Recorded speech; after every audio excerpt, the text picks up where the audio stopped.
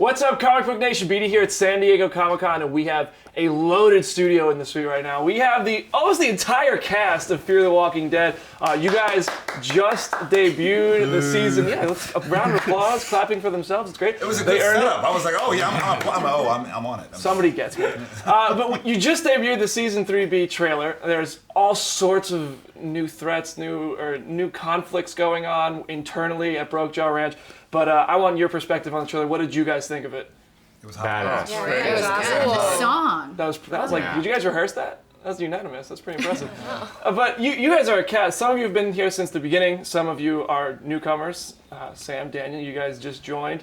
And some of our old Day in, yeah. Some of you are now retired. But what is it like to kind of blend everybody together for this show? How much fun do you guys have on set with that process? Is it just really quick? You just have an instant chemistry? Do you have to have conversations to prepare for stuff like that? I think we've been really lucky that we just all, we enjoy everyone. We actually quite like everyone. Is that yours? Yeah, yes. Oh, is it a fake Who is it? That's your production phone. Hello? Oh, it is the production phone that we get in Mexico. We're getting a spoiler right Sorry, now. I'm right in the middle of an interview here. Can I call you back? Who is that? Saulo, I'm on live. I'll call you in a minute. Can you FaceTime us, whoever it is? Alright, bye. Turn on My sound. dealer. Sometimes you have to answer the call. Sometimes you just have to answer the call. Do you want to put it on silent? Yes. Yeah. All right, so wow. Sorry. It seems naturally. It's like I think our casting directors, I think the showrunner, they're very conscious about all the people they're bringing in and the energy and the way people vibe off of each other. So Right. I think that's why it sort of falls in kind of seamlessly. You know what I mean? Right. You start having conversations and rehearsals, and it's just like you fall into it. Yeah, one of the first people I met was Kim. She just walks right up to me and she says, "Hi, welcome to our show." We're like, "Oh, this is a nice place to be." And I know you were a fan of the show before joining, so that must have been a really cool moment. Yeah, it was wild. Like always a bit surreal. So like, I'm in a truck with Coleman and Kim. It's not happening. That's pretty cool. That's awesome.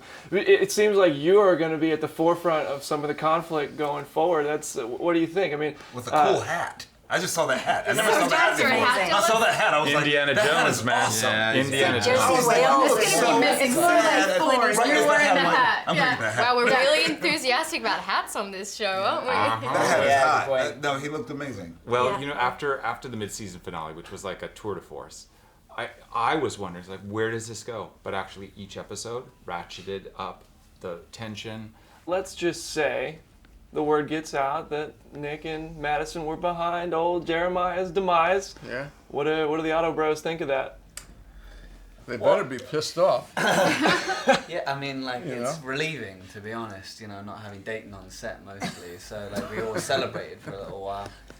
No, I think, like, what's interesting, it's really, I think they've done a really cool job of, like, the investigation into it and, like, how both of them will respond to this kind of secret, and, like, they both know that something's up, something's up there, something's wrong there, and I think it's, the unraveling of that, and then like the consequences of that unraveling are what kind of propels a lot of the kind of the action of the last part of it. Also, would you ever shoot yourself in the head like that? Or with your gun. Or with the gun that he's been... that you've given. Because you gave me that gun and then See, it's I in wouldn't your do hand. it. There's a lot I of wouldn't loot. shoot myself. They know I wouldn't kill myself. What if you could send a message to the boys? What do you think it would be? I did. That's what Sam. when I died. Sam. Do that. Swallow the finger. Yeah. There's a take that you point to Nick. Yeah. How many when you die on the show? How many times do you have to actually shoot the? Oh, I just got one in the head. Did it a few times, didn't you? Just Yeah, as many as it takes till he gets it right. Yeah. Shots fired. Shots fired. They just, if you mess up a little bit, they just love to jump in your crap, boy. We're very professional. It's good about crap. this. It's really good crap. Yeah. Kim, you have truly emerged as the leader of the show, especially in season 3. And I've loved the development with Madison. The Dark Past came out. It seems maybe with Travis bowing out in the first episode, that has kind of allowed for Madison to grow. What is it like for you to really be just in charge of the show and having everybody rally around you and playing both sides, like Michael said? Yeah, it's been fun. I mean, it was a really challenging arc for Madison but I think she was fueled by the loss of Travis, and I think she realized, there was nothing more to sacrifice anymore, and so she was going to do whatever she had to do to protect them. She's an animal. She is. Ready She's to an go. animal. She's ready to go. Yeah. I'm ready to see more action out of Madison. I can't wait. You will. Alicia, you might be getting involved with some action, but you did get involved with some action. Some love Some other action. What is the most fun part of your role? I mean, you're training for what looks like war. You're taking up rifle training. You're developing a relationship. Where's Alicia going, and what is most enjoyable of it for you? She likes getting naked. I am not always getting naked, just Dayton. you, That's man. just in your mind. It's just in your room. This is unraveling really Off the quickly. rails. We're off the rails already. Every interview.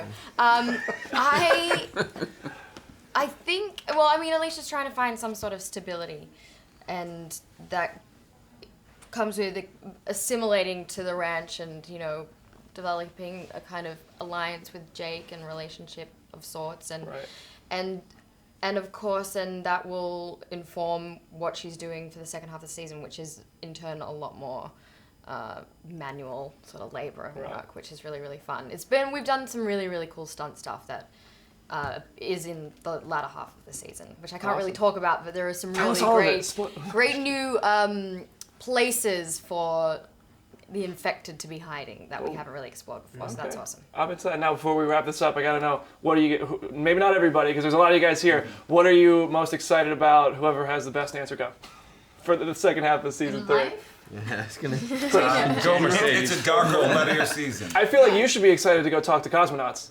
Oh, I already talked to them already. That was fun. Now it's time to do something else. Hopefully, try to meet up with some new people. But I also think it's gonna be a darker, bloodier second half, and I think everyone's going to just completely evolve into something that the audience is not Or de-evolve. expecting or de-evolve. De-evolve. They owe me as well. two more checks for my contract, Devolve. so. No, you're ready to Yeah, cash we're those looking forward to paychecks. Dayton's Yeah, character that's what it coming comes back. down to. Yeah, Awesome. yeah. Well, Fear the Walking Dead cast, thank you so much for joining us. Comic Book Nation. Fear the Walking Dead returns September 10th for the second half of season 3. You don't want to miss this, guys. Thanks for watching.